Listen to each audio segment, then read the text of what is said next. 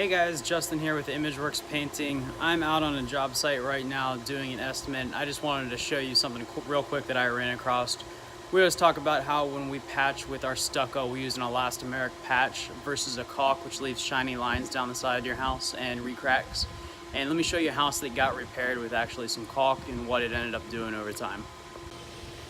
All right, so this house here was built just a couple years ago, painted with some builder's grade paint. And if you look at it down the side of the house, you can see these shiny lines. These are crack repairs that they went over and touched up painted. But this one right here, if you look real close here, you can see the fingering marks from the old caulk.